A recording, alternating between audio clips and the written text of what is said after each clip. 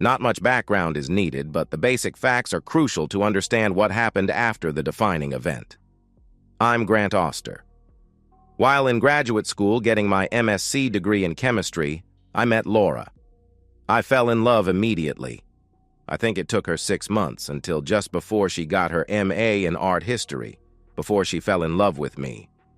But it happened. While I don't think that either of us was especially experienced, as far as I was concerned, our intimate life was excellent, and she never voiced any complaints and seemed to orgasm regularly, both from oral activities and vaginal penetration. We got married less than a year after she got her MA and got jobs in the same city, her teaching at a community college, me teaching part-time at a state university while also working part-time with a science consulting firm. After 3 years of marriage, I quit the university and worked full-time as a consultant. I became an explosives expert, and one of the clients I worked for was the federal government. About the time that our first daughter, Angela, was born, I was doing most of my work for the government, and it involved quite a bit of travel. I know that it was hard on Laura, but I did offer to quit and get a full-time teaching job at a local college, which had tried to recruit me many times. However, Laura liked the money that my job brought in and the lifestyle that it afforded us, and encouraged me to stick with it. "I can survive.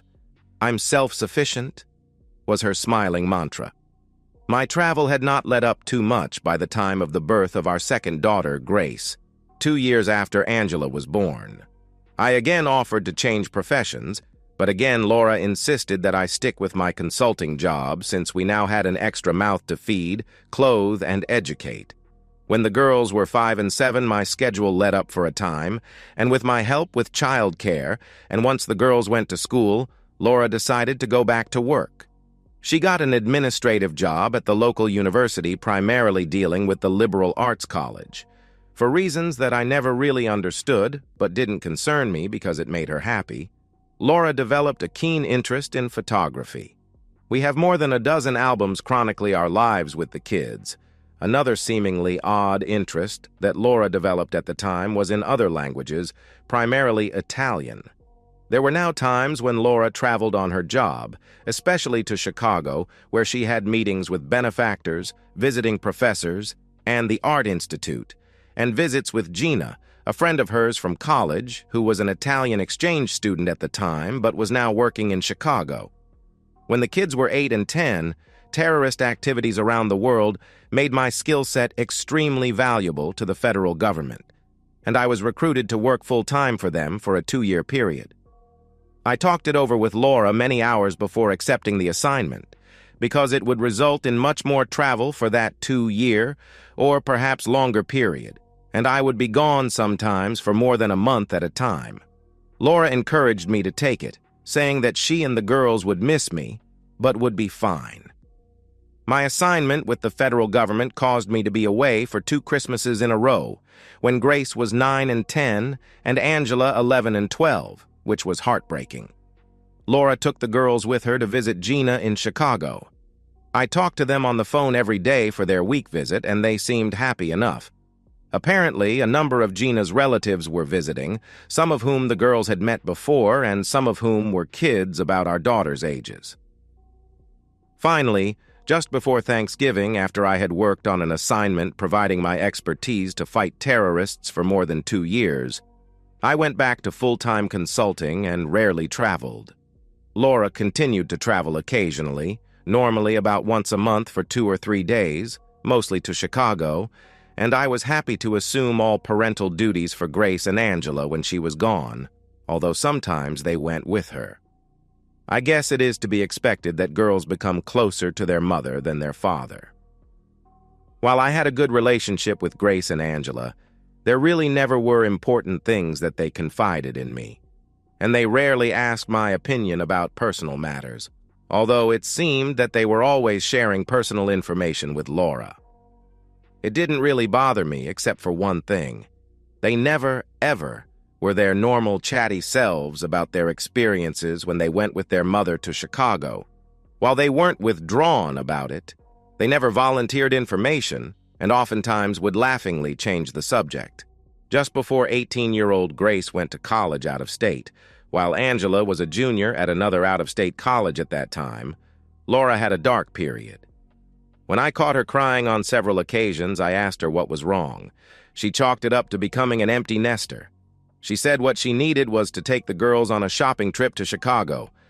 The trip was planned hurriedly and apparently required several long phone conversations with Gina in Italian. Since I didn't understand Italian, I just accepted what Laura told me about the details. I had no reason to doubt her, even though she had never been as weepy before, as she had been the 3 or 4 days before she and the girls went to Chicago. Laura returned from Chicago after 3 days more sanguine, although still not completely normal. That was not the surprising thing, however. What was surprising were the few purchases that the three of them came back with from their shopping excursion. When I inquired about it, I was told that some of the items would be shipped later, including some directly to the girls' college addresses. I did notice that my intimate life, which never was bad, except, of course, when I was away for extended periods of time because I never cheated on Laura, got better once Grace left for school. I attributed this to Laura and me growing closer as empty nesters, and I greatly enjoyed the increased frequency. Then the defining event of my story happened. I played hooky from work starting about noon one Thursday without telling Laura, who was at her normal place of employment. I had planned to play 9 holes of golf, but rain doused that expectation. However, I was planning for our upcoming anniversary. I wanted to give Laura a surprise party, so I talked with an event planner and started the ball rolling. At about 3 p.m., a delivery man came to the door with a wooden crate with fragile markings on it, bringing it up the 4 front stairs of our house using a dolly. It was addressed to Laura. I signed for it, and with the help of the delivery man, we placed it in the living room in a stable position with the "this side up" properly positioned. I thought that the delivery of the crate was odd. I couldn't imagine what was in it. I looked at the return address, and it said Romano Photography Studios, followed by an address in Chicago, which I knew to be in the center city. I called Laura at work and told her about the arrival of the crate. She got quiet at first and then said, "Oh, that's work-related. They were supposed to send it to me at the office. I guess they screwed up. Just leave it, unopened, and I'll have someone help me bring it to the office tomorrow." That would normally be a rational explanation except for 3 things. 1, the complete silence on the other end of the phone for several seconds after I first told her about the crate. A long enough time that I almost asked, "Are you still there?" since Laura is never at a loss for words. 2, the way that she told me not to open it was a command much more than a request, and her voice was clearly stressed when she said it. Having worked in anti-terrorism for several years, I had become, through osmosis, aware of the importance of stress and nuance. 3, her entire demeanor, not just the command not to open the crate, was uptight. My curiosity was aroused sufficiently that I took a few photos of the crate and entered the return address information into my laptop. A 4th thing that made me uneasy occurred as soon as Laura returned from work. With only a perfunctory greeting, she raced to the crate, looked it over. Obviously, she was inspecting it to see if I had tampered with it, and then she was very vague and standoffish when I asked her what was in it. Not sure exactly, but I was expecting some artwork from an organization in Chicago that wanted to set up an exhibition at my school. "I'll open it and look at it at work." "Want me to help and open it now?" I asked, not just to be a good guy, but also to test her reaction. "Oh no, we need to look at it at work to make sure there was no damage in case an insurance claim is needed," the normally glib Laura stammered.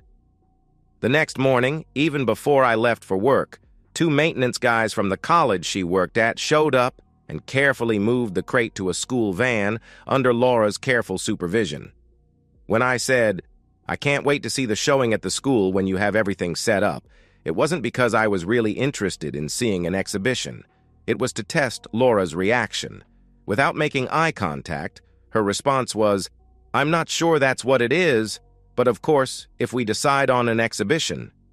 2 stammers in less than 14 hours on the same subject by the normally fluent Laura. If that didn't pique my interest, nothing would.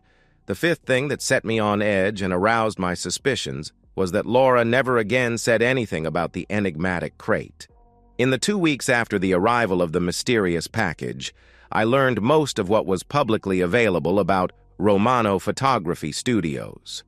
It was the business entity in the U.S. for a worldwide famous photographer, Piero Romano, someone I had probably tangentially heard of at one time or another, but surprisingly someone who I'm sure that Laura never mentioned, despite the fact that both as part of her photography hobby and her work at the university, she often talked about artists and photographers. Piero had a very distinctive style. Most of his photos had both true photographic realism in parts and effects in other parts. He was considered a master of the traditional photographic effects of bokeh, panning, rule of thirds, and long exposure, often combining multiple effects in the same photo. He also was the only practitioner of a unique effect named after him, Romano Abilità Artistica, which no one else has been able to duplicate and which is difficult to describe in words. My best try would be to say that it makes some features super realistic while adjacent ones are fuzzy and with a change of color or shade within the same object, but that description doesn't do it justice. While much of the information about Piero was intellectually and artistically interesting, there were 2 facts that blew me away. The person in charge of administration at his studio was his niece, Gina Romano Bianchi. I only knew Laura's friend, who I had only met once and never in Chicago, by her married name, Gina Bianchi. And he had died in a car crash on September 1st of the previous year, and his memorial service in Chicago was on September 6th. How coincidental that it was around September 2nd that Laura got weepy, supposedly about becoming an empty nester, and that Laura and the girls were on their shopping trip to Chicago September 5th through 8th. While I'm not a rocket scientist, I am smart enough to have a master's in chemistry from one of the top 10 schools in the country, so I was able to figure it out. Despite how crushing it was to me, the only logical explanation was that Laura had been having a true love affair with Piero Romano for at least 10 years, and that my daughters knew all about it. Another interesting fact: there would be a Chicago exhibition of Piero's most famous and stimulating works, including those owned by private collectors, and some of which had never been seen in public before April 16th to 18th, 3 weeks away at the time that I found out this information. I was sure that Laura would have a business trip to Chicago around that time, despite the fact that the 18th was my birthday, and would likely have as part of the exhibition the photographs that were in the crate shipped to our house 2 weeks previously. I was never more motivated in my life to come up with a plan for dealing with my cheating wife and traitorous daughters. Because of my initial rage, which I would have to quell in order to pull off what I wanted to, I had to arrange a business trip for the night of the day that I found out the incriminating information and 2 nights hence. I profusely apologized to Laura in the message that I left on her work phone after packing what I needed from our house for a 3-night stay in a local hotel, promising to make it up to you. Part 1 of my plan was to get all the necessary divorce papers ready to serve and file once I had the proof that I expected. Part 2 was to find a way to get someone to visit and film the Chicago exhibition on the first day it opened, the 16th. Which was by invitation only. Part 3 was to get my ducks in a row to come out of the divorce with as many material goods and money as possible. I no longer cared about my relationship with Laura and was very, very close to having the same feelings about Grace and Angela. Part 4 was ultimate revenge, including after the divorce was final. Part 1 was no problem. I got a recommendation for a good divorce attorney, Gail Schiff. She advised me of everything that I needed to do, and despite the fact that she recommended that the grounds be irreconcilable differences, she was willing to go along with long-standing adultery. Gail just needed a modicum of proof before she could file the papers, which I expected to have for her the morning of the 17th. and she could arrange for service on Laura by a law enforcement agent other than the county sheriff and with a private process server to record the events. At the last night of the exhibition on the 18th. For Part 2, I gathered as much information as I could about art appraisers having any relation to Chicago. I found a young appraiser named Roberto Milan who was trying to build his business. I actually went to see him in Chicago and talked with him for almost a full day. Roberto was familiar in general with Piero's work, was certain that he could get an invitation to the opening on the 16th, was not adverse to filming what I thought would be the photos that would interest me using a small, expensive, easily hidden HD camera that I gave him, and he thought that he could make a good and high appraisal of what the photos I expected to be there were worth. Some really experienced appraiser may be able to tear down my analysis, but I would welcome the challenge since it would help establish me as a real player in the art appraisal world, were the final words that got me to hire Roberto. For a segment of Parts 3 and 4, I cashed in 2 bearer bonds that we had had in our safe deposit box for at least 12 years. I didn't remember if Laura ever really knew about them, and she certainly wouldn't remember them now. They were now worth together about $25,000. For another segment of Part 3, I provided my attorney with a complete list of all of our assets, including an appraisal of our house. I took photographs of all of Laura's jewelry and all contents of our safe deposit box and provided my attorney with updated bank statements, credit card numbers, and outstanding purchases, retirement plans, and brokerage accounts. As a small segment of Part 4, the last day that I was supposedly out of town, I snuck into the house while Laura was at work and with a magic marker obliterated my face on every single photograph in the dozen or so albums that Laura had made over the years. Never having reviewed them in their entirety before, I was surprised at the low percentage of photos that I was in, no more than 15%. I also found 2 photos I had never seen before that even if I had, I probably would have considered innocent. They had Laura, Gina, Grace, Angela, and Piero in them. These photos, I made high-quality scans and photocopies of these before returning them to the album with a black marker across them and an arrow to Piero and a legend, the love of Laura's life. Laura had told me 2 days after I got back from my business trip that she had to go to Chicago from the morning of the 15th to the afternoon of the 19th. When I expressed disappointment that she wouldn't be with me on my birthday and suggested that I accompany her, she smoothly demurred, saying that it was all business, but that she would take me to a resort the following weekend and make it up to you in a way that you haven't ever experienced before. She followed that statement with a passionate kiss and then pulled down my zipper. Laura rarely gave BJ, but she did then, with a passion that I hadn't seen before. At that point in time, I looked upon her as a $3 so I just enjoyed myself. She gagged a little and obviously wasn't pleased, but pretended that she was, and that was only a sample of what was to come, darling. For all of Parts 1, 3, and 4, there was a particularly risky part of my plan. The rest, especially after getting comfortable with and hiring the art appraiser, I was quite confident would fall into place. The risky part was talking to Grace. I decided that I needed a face-to-face with Grace. So as soon as I dropped Laura off at the airport the morning of the 15th, I drove the 180 or so miles from Columbus to Carnegie Mellon University in Pittsburgh, where Grace was studying chemical engineering. Why Grace and not Angela? While both girls were much more like their mother than me, Grace was by far more me than Angela. Neither Angela nor Laura could ever conceive a course of study in chemical engineering, of course, very close to my degrees in chemistry. Also, Grace had a harder time lying than either Angela or Laura, and although her failure to advise me of Laura's love affair with Piero indicated otherwise, was more concerned with a nuclear family than Angela was. I called ahead to Grace's cell phone when I was about halfway there. She actually seemed excited to meet. I told her I'd take her to a late lunch at a real restaurant. We met at the eatery of her choosing and got a secluded booth. After we ate, I said, "There's something very serious I need to talk with you about, Gracie." She got a perplexed look on her face.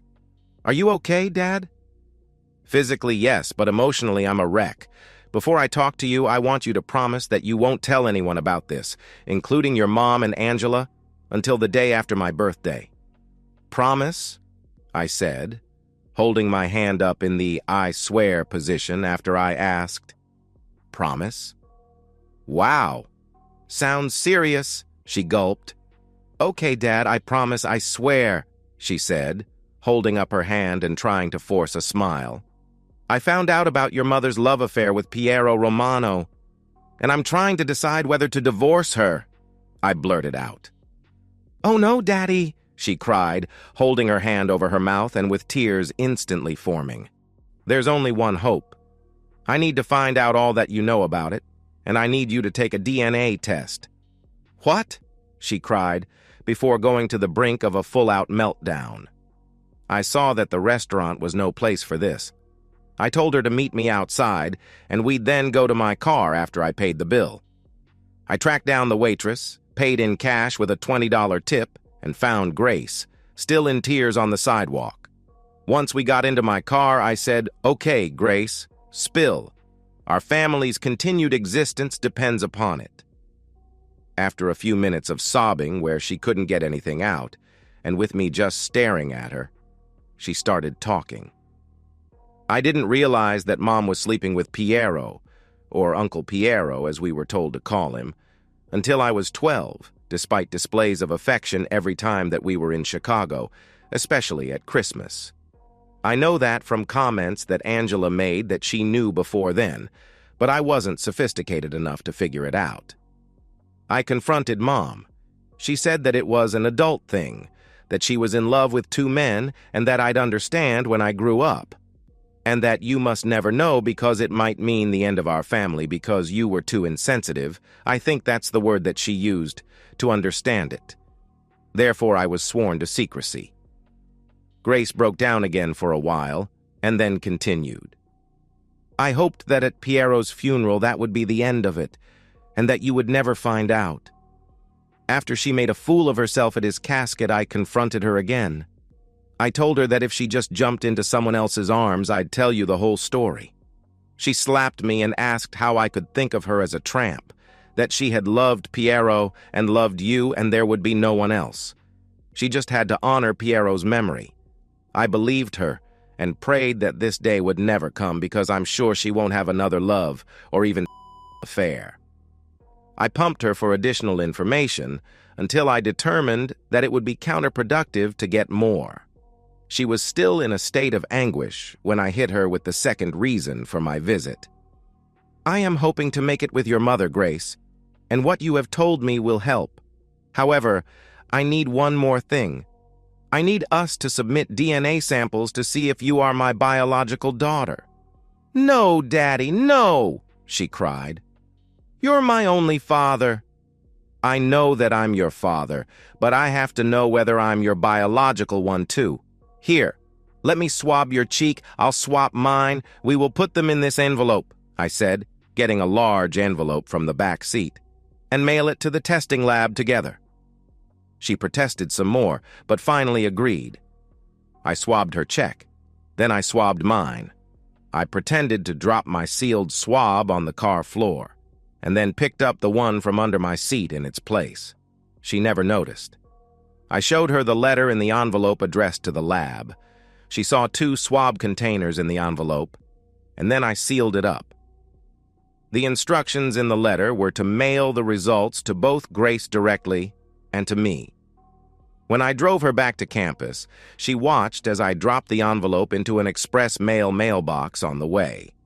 When we hugged goodbye, she begged, "Promise that you'll forgive Mom and make it work." I can't promise now since I don't lie like she does. However, you have done your part to increase the chances that it will work. Now remember, don't tell anyone about our talk until the 19th at the earliest. I promised, she smiled. Then she stuttered. There is one more thing I should tell you. Mom and Angela will be at a Chicago exhibition of Piero's works, some of which are photographs of Mom on your birthday. She told me that she was sorry that it worked out like that. But she has to attend since the works that she inherited from Piero under his will are going to be displayed. She wanted me to come too, but I had too much work at school. I smiled as nonchalantly as I could and replied, "I know. Thanks for being honest." We hugged again, and she was off. She didn't see the tears that I shed, knowing that my relationship with Angela was now as dead as the one with Laura, but not deciding yet if I could salvage it with Grace. Grace didn't know that I had recorded our conversation in the car. There was one thing that Grace didn't know that would cause her pain, and was a segment of part 4 of my plan. The swab that I put into the envelope that was supposedly mine was that of an Italian background janitor who worked in my office building, who I had been friendly with over the years. I promised to pay to have his ancestry determined as a birthday present to him. He didn't even ask why I needed 3 swabs instead of 1 to do that. The one I did send in for testing his heritage showed that he was more than 80% Italian, with some Eastern and Western European contributions, which made him happy. Why did I put an Italian's DNA in what was to be tested instead of mine? Because I wanted everyone to be hurt. The reason I used an Italian is that during DNA testing they can find out the heritage of both contributors, and since Piero was Italian, I wanted everyone to conclude that he was the father of Grace and Angela. I crossed my fingers that Grace wouldn't tell. I talked to her on the phone on the 16th and 18th, and she promised that she hadn't. And since I hadn't heard from Laura, I was sure that that was true. Around 11 p.m. on the 16th, Roberto Milan emailed photos of the relevant parts of the Romano exhibit to me. They cut me deeper than I thought that they would. I shook like a leaf as I sobbed while viewing them. There was a collage or series of 10 photos, increasing in size from the first to the last. They all had distinctive Romano characteristics, including in the damning last 2 brilliant Romano abilità artistica effects. The series was entitled Natale Amore.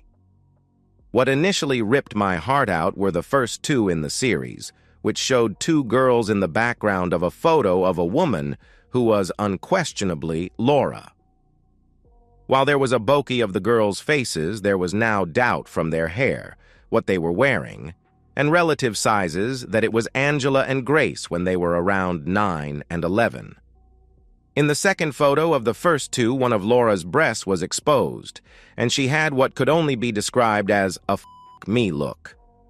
The next 3 in the series, Laura was in increasingly less dress, until in the final one, she was naked and obviously playing with herself. The second series started again with a photo where the girls were in the background, this time somewhat older, with the last 4 progressively risque until the second to last, which had Laura in an exceptionally frontal nude pose, and the last one where the clear implication was that she just had intimacy and was in post-coital bliss. After I threw up, drank some ginger ale, and had a good cry, I looked at the photos again. If they didn't rip my heart out, I'd have to say that the last 2 photos were probably the best of their type I had ever seen. I read the text accompanying Roberto Milan's report. "Sorry, I know that this will be hard on you. The collection is worth a minimum of $300,000, more likely $500,000. The second to last photo alone would bring $125,000 to $175,000 if sold separately. The last 2 photos are the best execution of Romano abilità artistica effects in history, not just in my opinion, but in that of at least 4 other appraisers and art critics that I overheard talking about them." I asked Gina if any were for sale. She put me in touch with the owner per Piero's will, not surprisingly, Laura. Laura said that they weren't for sale at the present time because they were priceless, and that the 4 where she was completely nude would not be sold until after her death. "I wouldn't want the general public, and especially my husband, seeing me like that while I'm alive," she said, "especially my husband," with a laugh. Even though he was doing his job, he might as well have ripped my testicles off. "I have her on tape," were the last words of his email, followed by a frowning emoji. I emailed the digital form of my recording of what Grace said, and Roberto's photos and words to my attorney Gail Schiff. She called me at 7:30 the morning of the 17th. Obviously, your petition for divorce is justified in alleging adultery. A law enforcement officer will serve Laura tomorrow night at the gala. There's one thing I need to add, I said. I'll drop it off so that you can express it to your process server with the divorce papers. I dropped an envelope addressed to Angela, off with Gail. In the envelope was a letter from me, a swab of the Italian janitor's cheek, a container with a new swab, and an envelope provided with express mail postage addressed to a DNA lab with included instructions. The letter from me to Angela read, Angela, if there is any hope that you and I have a relationship in the future, there is one thing that you need to do for me. You need to swab the inside of your cheek, insert it into the envelope addressed to the DNA lab with my swab already in it, and express mail the envelope. As you will see, the lab has instructions to mail the results directly to you at school, as well as to me.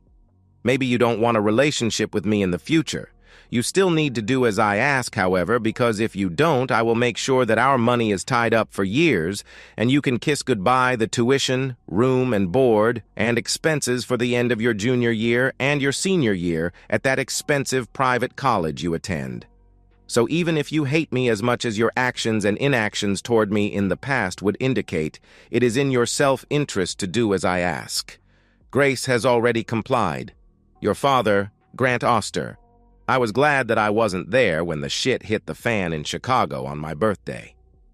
The process server reported to Gail that Laura and Angela were all smiles as they hobnobbed with the public at about 9 p.m. on the 18th. They were perplexed when they were handed the envelopes by the law enforcement officer as the process server with him took photos. They opened up the envelopes on the spot. The law enforcement officer left, but the process server stayed behind, taking more photos until he was kicked out. The photos he emailed to Gail and Gail to me showed Laura sinking lower and lower onto the ground, ultimately landing in a fetal position, and Angela first distraught, then angry, and then trying to tend to her prone mother.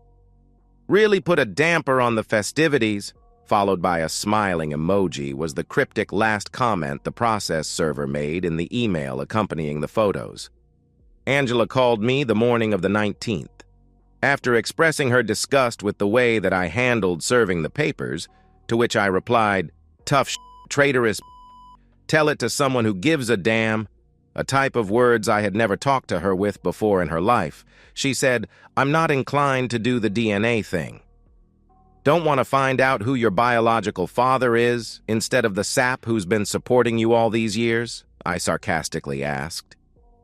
You are my father, she replied. Maybe not, I responded. One thing is for sure, however. I've already had my attorney freeze all of your mother's and my accounts, and I can assure you that there will be no money for your education, or even living expenses since you're 20 years old, in the future, unless you mail that envelope with your cheek swab. Now that I think of it, I'll need a video of you swabbing your cheek, putting it in the envelope and mailing it in order to believe you in view of the lies that you've told me over the years. That's cruel. I haven't lied to you, she snarled. Oh, really? You didn't tell the whole truth, though, did you? Your sister has remorse and will get her tuition paid. You are apparently as vile a bitch as your mother, so I'm not going to waste time discussing it with you because you make me sick. Either do as I say and email me the video, or this is the last conversation that we ever have in your life. With that, I slammed the phone down. It's nice to have a landline where you can make a statement by slamming the phone down rather than simply pushing that red button, which provided no emphasis, on a cell phone. The vile mother didn't try and call me from the 18th to the 21st, and probably delayed her return to Columbus for 2 days, commiserating with her bosom buddy Gina. The excitement at the exhibition on the 18th was reported not only in 2 major Chicago papers, but in 2 national art publications. A photo of prone Laura, obviously sold to them by the process server, appeared in each. I got a good chuckle between by urges to expel my stomach contents. Apparently the vile did come to the house on the 22nd. I know only because the envelope that I had left on the new front door, one made of steel and with the frame reinforced and the lock changed, was no longer there, and my attorney had left a message on my cell phone that we needed to talk. The envelope was addressed to vile which I assumed that Laura would know was her. My inside message was terse. Hey, have your attorney contact mine about when you can pick up your personal stuff. The sooner we sell the house and get our sham of a marriage over with, the better. I will fight every attempt by you to live back in this house until it is sold. Do something decent for the first time in our farcical relationship. Don't fight it. Your formerly clueless ex, Grant. P.S. The doors are bobby-trapped. Any unauthorized entry will start all of your previous family albums on fire. It required a court appearance by the attorneys for something to be worked out with respect to living arrangements. I probably could have gotten exactly what I wanted if I didn't put that P.S. on the note to the but I couldn't help myself. We finally agreed to both vacate the house and immediately put it on the market, with the amount of our temporary housing expenses considered in the division of assets. Laura tried to be difficult in the monetary negotiations, but she had no bargaining power because she acquired her precious photographs from Piero while we were still married. When I demanded 5 photographs, she could choose 1, then me, etc., until all 10 were divvied up. According to her attorney, she got hysterical, especially since by that time she had seen how I had doctored the family photo albums. At Laura's insistence, we took Roberto's appraisal of the photographs, one done by an appraiser hired by her, and one by a neutral appraiser. Hilariously, Roberto's was the lowest one, costing her $200,000 more than if she had accepted his appraisal. Since this was seriously cutting into what she would end up with, she offered me 2 of the photographs that she chose. However, she rescinded that offer when I had my attorney tell hers that I agreed as long as she had them delivered to the local firing range and she watched what I did to them. When all was said and done, by the time the divorce proceedings had concluded, Laura was left with her personal possessions, half the furniture and 1/4 of the sale price of the house. Nothing else, including no alimony, but a suspended jail sentence. We did agree to jointly pay all of the college expenses of Grace and Angela until they graduated, but nothing more than that. As for Angela and Grace, as expected, the DNA results came back that they were not my biological daughters. That infuriated Laura so much that she almost had a stroke. I talked to Grace about it, not Angela, who had complied with my request solely to get her college expenses paid and apparently was happy with no future relationship with me. Dad, Mom says that the results are wrong. She said that while she was married to you, she never had intimacy with anyone besides you and Piero, and that she never even met Piero before I was born. Then why is your father of Italian ancestry like Piero, while I'm Dutch all the way back on both sides of my family? Your mother has demonstrated that she is a pathological liar, having lied to me about loving me for the entire 24+ years of our relationship, so why would you believe that anything that she says is true? She says she wants another DNA test. Not gonna happen because you're not minor children and it has nothing to do with the divorce. I just wanted to know in my mind and have you and Angela know the truth. Plus, you saw me swab my cheek and put the swab in the envelope and then mail it yourself. Dad, Mom also wants to talk with you, person to person.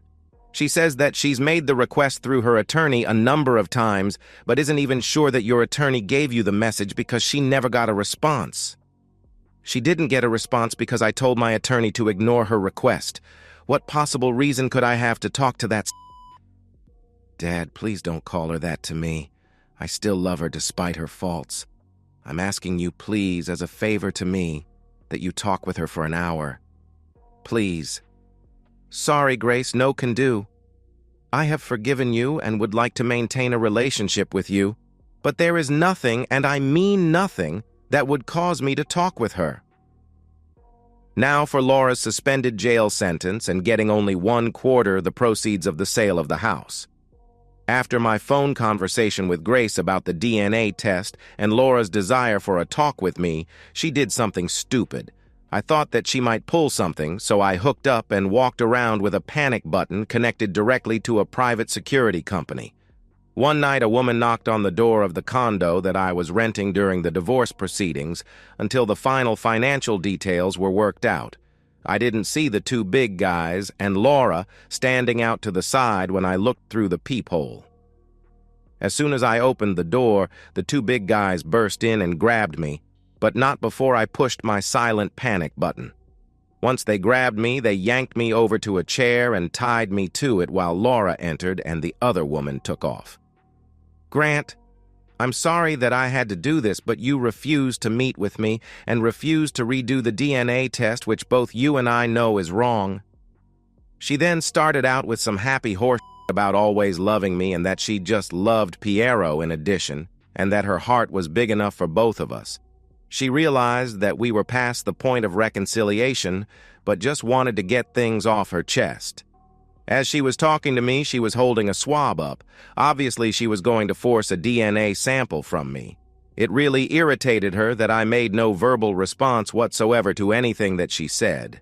I refused to even acknowledge her presence, trying my best to avoid all eye contact.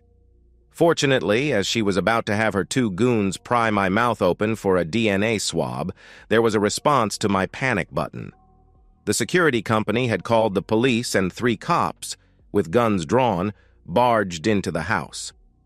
They found me tied up, and one of the miscreants had an illegal weapon in his pants pocket.